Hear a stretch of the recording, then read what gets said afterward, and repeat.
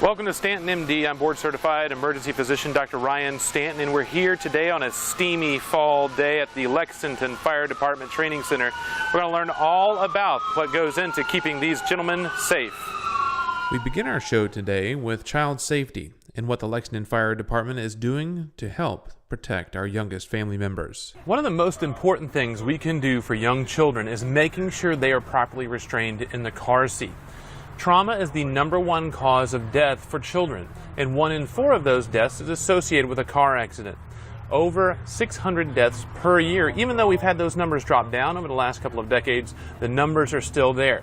Now, the thing we have in our favor for these children are these car seats. Think of these basically like the car seats that you see in motor racing, such as NASCAR.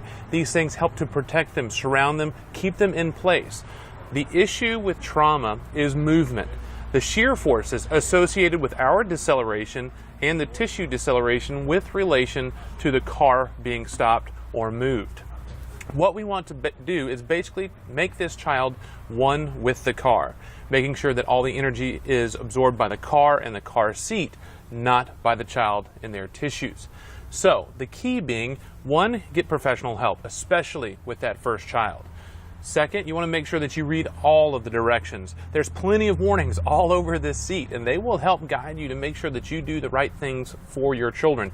Whether it's the sign that says where to keep the belts, the level on that other side that lets you know if the seat is angled properly, the weight limits, which is very important because that does change a little bit with every car seat.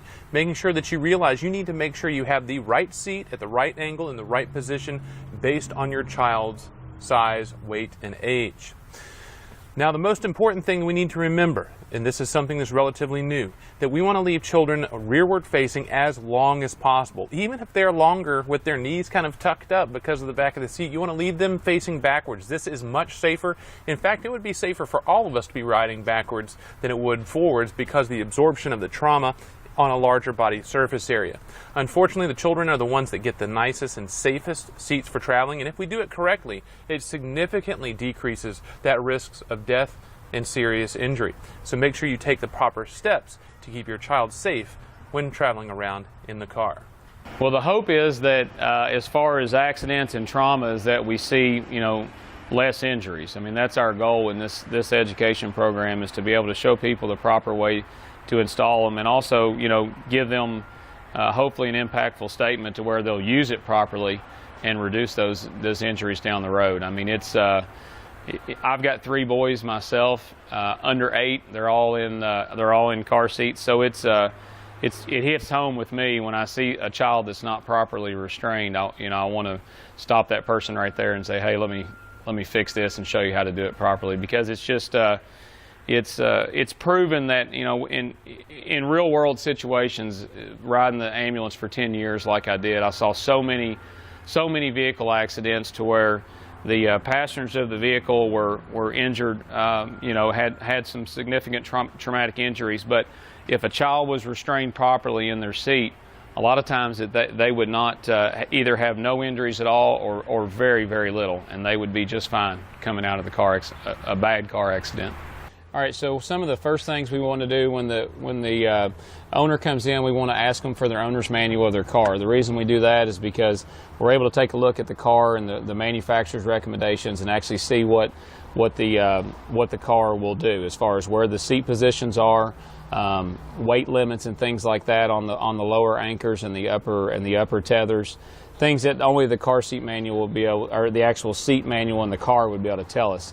Next thing we do is we take a quick look at the car seat manual itself, and we'll look at just everything that goes into installing the seat and how to properly do it.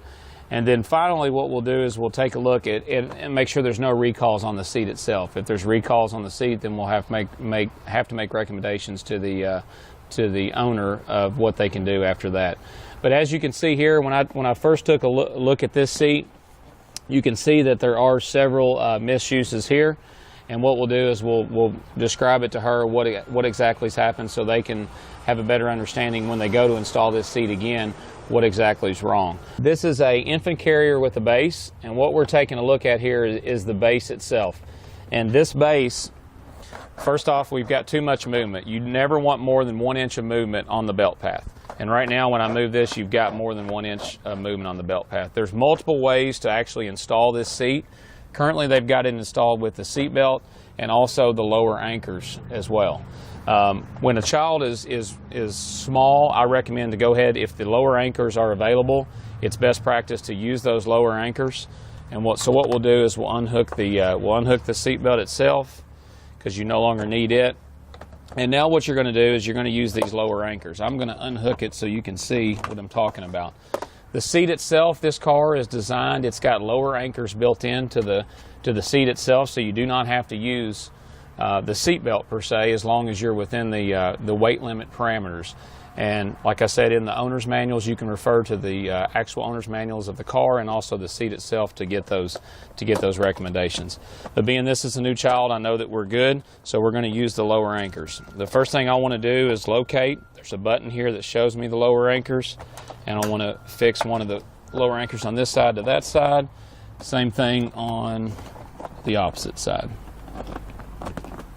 Sometimes they can be a little bit tricky to get to, so you have to. All right, so we're attached on both sides. The next thing is probably your most important step. This is the only way you're going to be able to achieve the no more than 1 inch movement at the belt path. And what you have to essentially do is you've got to put some direct pressure onto this seat. And what that does, any slack that's in there, it's going to loosen up and enable you to be able to pull it tight. So you're going to put some direct pressure onto this, and then you're going to pull any slack you have out on both sides or one side, depending on where the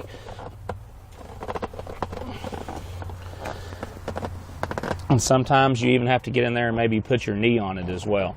But now you can see there is movement up and down. That's perfectly fine. What we're looking for is your belt path. Your belt path is right here. You want no more than 1 inch left to right, and you have very little movement left to right in this seat. So you know at this time that is in there good. The choice of preference in terms of seat belt placement or car seat placement for children is first in this middle seat. This is the farthest distance from anything big and heavy and nasty that's going to hit the car, so the most room for movement without the child being involved. The next preference is going to be that back right seat. This one also has a decreased risk of impact. A lot of the head-on or major impacts are on the driver's side. And then finally, this back left seat, the back behind the driver's seat, is going to be our third choice. Now, one of the big things to remember is never the front seats, especially with modern airbags. These can be dangerous, if not deadly, for children. The children need to stay in the back seats, and I know this can be difficult when a lot of kids want to be up there with mom and dad, and I see it all the time with kids up in the front, seatbelt or not. That can be extremely dangerous, so we want to make sure that we're taking advantage of these back seats when it comes to securing our children. Firefighter Branham talks about the importance of the clothing that your child's wearing, and I know as we get into winter and colder weather, we want to bundle up those little ones to keep them warm, but you want to make sure that they are not without any of those puffy coats. This promotes movement of the body in case of a car accident, which increases risk of trauma and injury. So you want to make sure that those belts are sitting right against that lowest layer of clothing that they have and not under a puffy coat. Take off that puffy coat, take off anything that makes a gap in between the seat belts and the child before you put them in the seat. Then when you get them out, once you've reached your destination, you can bundle them back up for the time outside the car. The preference on an infant is going to be in the middle. And the reason I say that is because you've got more zones on either side of the car to be able to, if you had a side impact on this side or that side, there's more room, for that child to not be injured. We do it based on, we'll give you that recommendation, but if sometimes it's the parent wants them on either side, that way they can reach them, but it is best practice to put them in the middle if possible. If it's in the middle, it gives you this much more space. If you were to have a side impact, you've got a lot more room built in to keep them safe. So basically now what we've got is the same thing you had with this. It's just a belt going across there like that. And I'm going to plug it into here. And this is where you get is a little, you got to just put your weight down on it the best you can right here. Just like so. And you want to pull out all your extra slack. And now it's switched over on your retractor. So I'm just going to pull, try to get every bit of extra slack out that I can. and then it's in there good and tight. I'm going to take my seat again.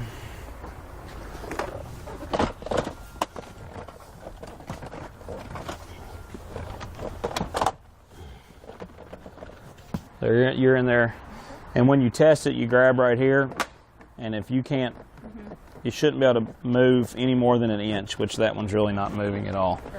Now you want to make sure that you know all the details of your car, because every car is different as well. Where these anchors take place in the car, whether they're on each side or in the base, and some cars even only have one on one side or the other. Also, the anchors in the top for the forward-facing seats to keep them from rocking forward.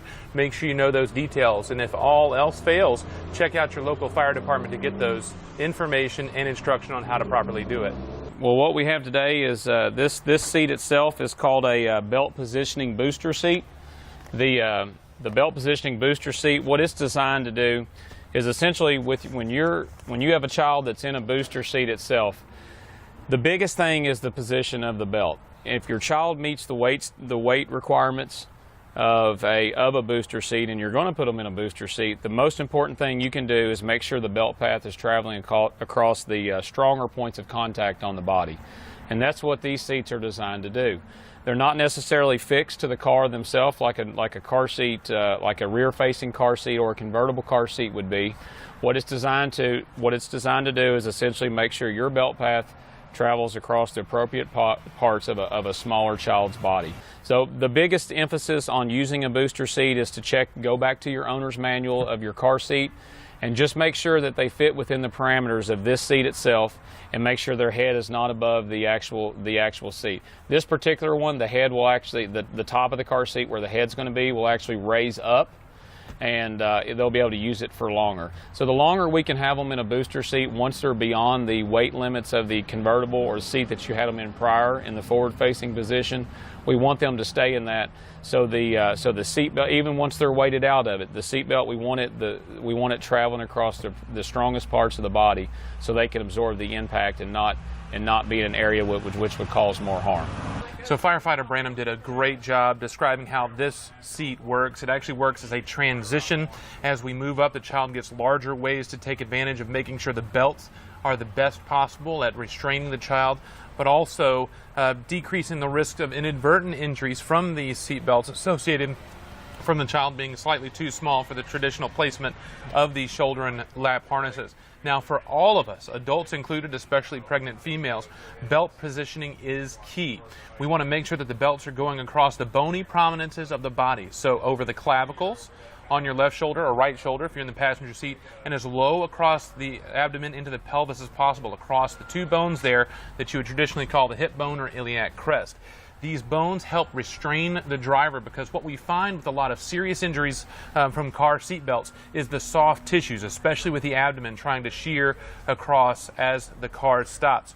So making sure that you have that belt across the shoulder, not the neck, the soft tissues of the neck, and the lap belt across as low as you can get down on the top of the hips and legs. And making sure with a child that this is attached as well.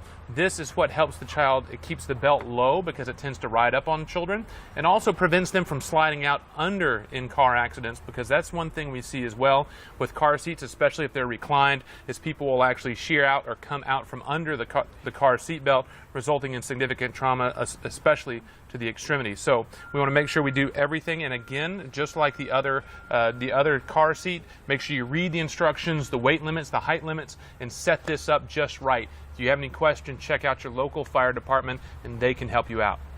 Much appreciation to firefighter paramedic Kyle Branham and all the work they're doing here in Lexington to make sure that our children are staying safe.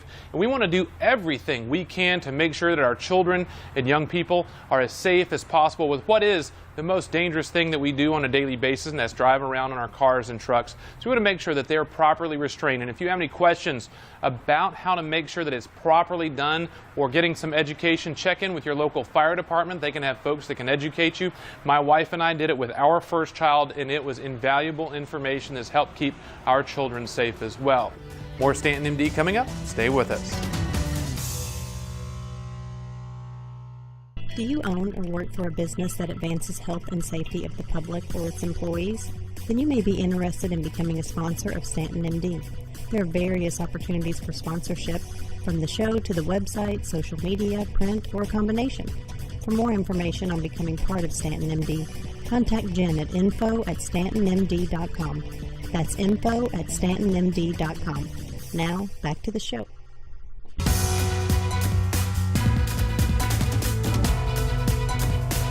For every active fire scene that these men and women go to, there are hundreds of hours of training that go in to make sure that they're ready for no matter what happens on the scene. Whether it's a house, a high-rise commercial building, or even in the great outdoors with hiking in lakes and rivers.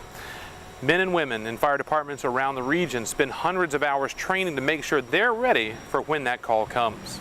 2.5 inch and 3/4. I prefer this. It takes a little bit more practice to get good at it, but once you get it, man, it's smooth.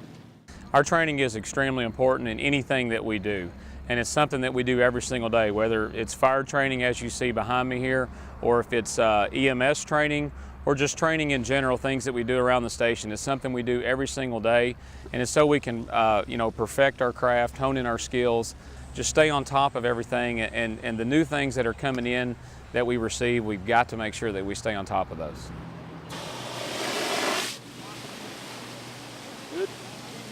In our profession, there's really no room for error. An error can be life or death, whether it's yourself, your crew, or the people that you're trying to rescue. So it's extremely important that we continue to do this training to where we don't have those errors, because honestly, there's really no room for error in our profession. So I'll say forward, and we move forward.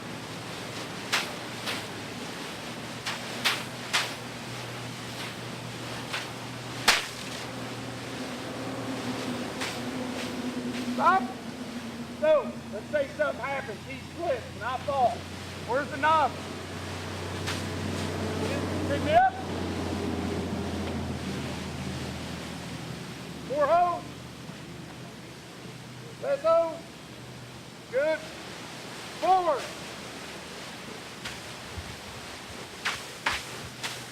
Stop. All right.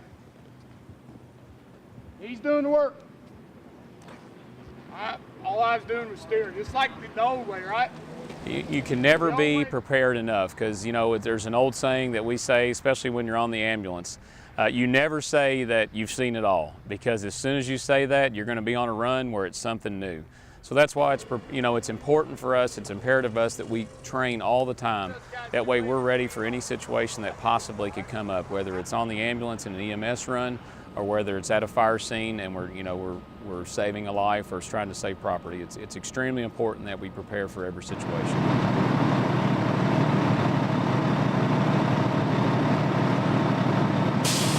What we'll try to do is we do our best to try to simulate a real life experience. Like in the training tower, which you're going to see soon, we'll put in there fake smoke, theater smoke, and they'll actually go in there and they'll try to ventilate the tower.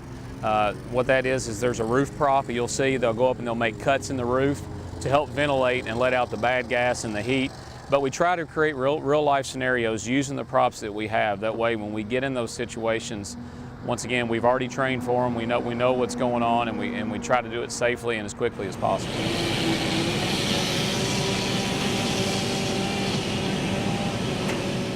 The hands-on training with lifelike scenarios is key for when the real call comes in.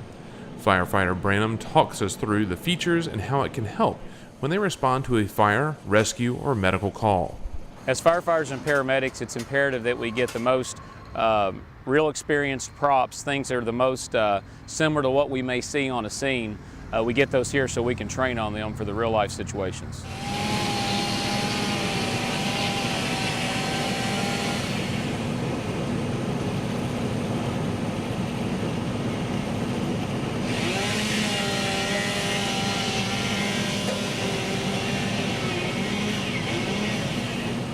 So what you see behind me is our new training tower. It just opened recently, and one of the things, as we talked about real life scenarios and the best props that we can get, a training tower like this gives us optimal training. It gives us a way we can do roof ventilation.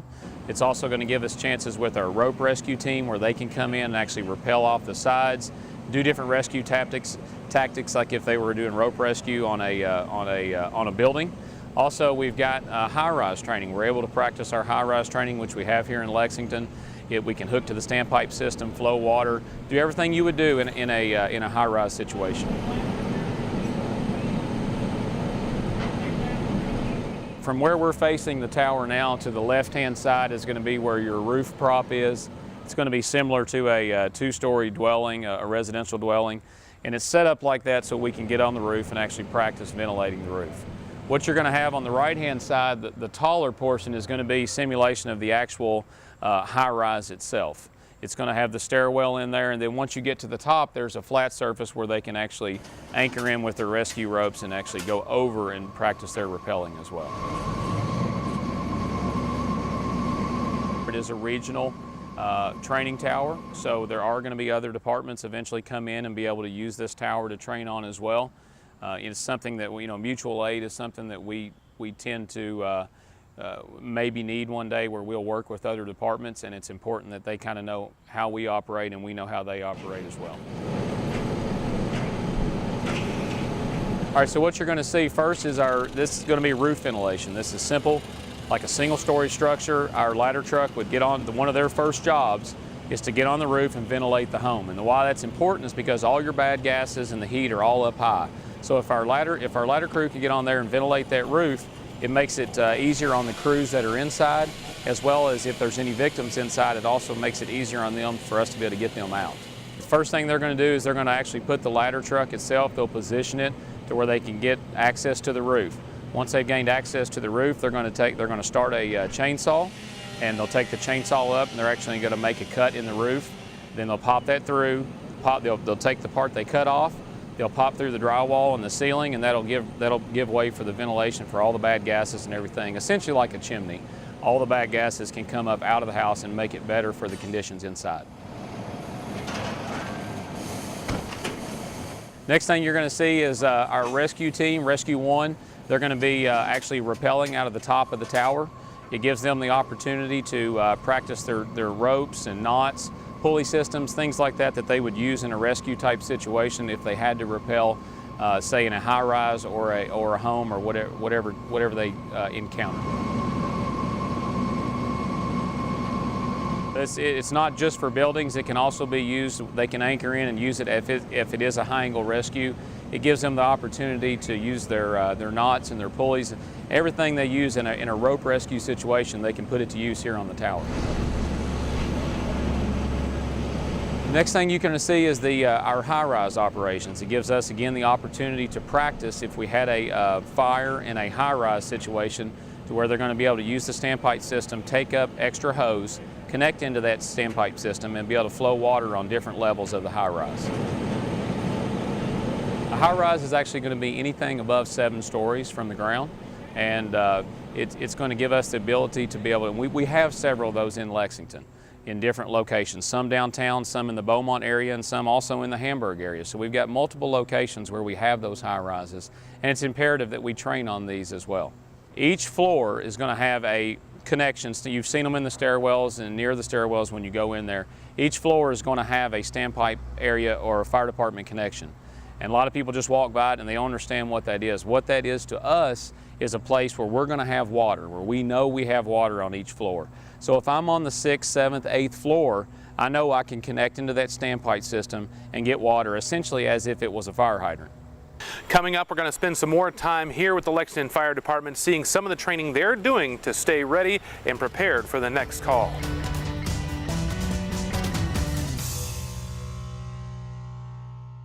As a board-certified emergency physician, Dr. Stanton is a proud member of the American College of Emergency Physicians, also known as ACEP. ACEP provides physician and evidence-based patient resources at its consumer website, emergencycare4u.org. That site has stories, fact sheets, and advice on a wide range of emergency topics. From visiting the ER to mom tips, you can find them on emergencycare4u.org. Now, back to the show.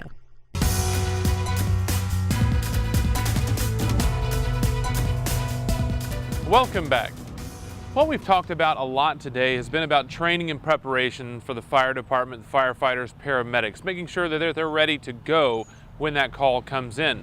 One of those things they do is turn into a competition. It's called the Combat Challenge, where teams from across the United States and around the world compete to see who's the best at saving lives. The Combat Challenge team, we're trying to promote health and safety, mostly health with working out, eating right, and doing this challenge. This challenge is in its 26th year, and it comes to Lexington once a year, but this year they're hosting Worlds in Louisville, so they didn't have a Lexington event, which is going to be nice. Spend a week in Louisville competing against people all over the world. We'll have teams from Germany, Slovenia, Saudi Arabia, New Zealand, and about 25 different states represented. There's 6, if you want to call them, events of the challenge, and all of it's supposed to represent things that you could possibly do on a fire ground. It's all in gear. You run up the tower, 5 flights with a 40-pound high-rise pack, hotel pack. You then hoist up another one that weighs 42 pounds. You'll run down, you do a forcible entry prop, then you'll run some delineators, pull a charged hose line, and drag a dummy, which is to represent a victim, 100 feet. Over here on the blue side, had a great run running over here. This year, with Worlds being hosted in Louisville, we wanted to go for the Grand National Championship, which is a seasonal trophy, the team that does the best throughout the season. It's almost like NASCAR, where there's points. You place first, you get 30 points, and so on. And this year we were able to win the Grand National in the team, which is the 5. It's individual times, the best 3 individual times out of our 5, and the relay. So we won both trophies this year. The accomplishments of the team over the last several years have been impressive. Training often here at the Lexington Fire Department's training center, as well as competitions throughout the state and country. Their goal, though, is not about winning trophies, but being ready to save lives. And that's all the time we have for this episode of StantonMD. I invite you to check out the old episodes and segments on the StantonMD page on YouTube, as well as StantonMD Everyday Medicine on Facebook. Follow along with the conversation at EverydayMed on Twitter, and feel free to contact us, youreverydaymedicine@gmail.com, youreverydaymedicine@gmail.com, and a special thank you to Daedalus Aviation Consulting for the great shots from up above. And until next time, I'm Dr. Ryan Stanton, and this has been some StantonMD.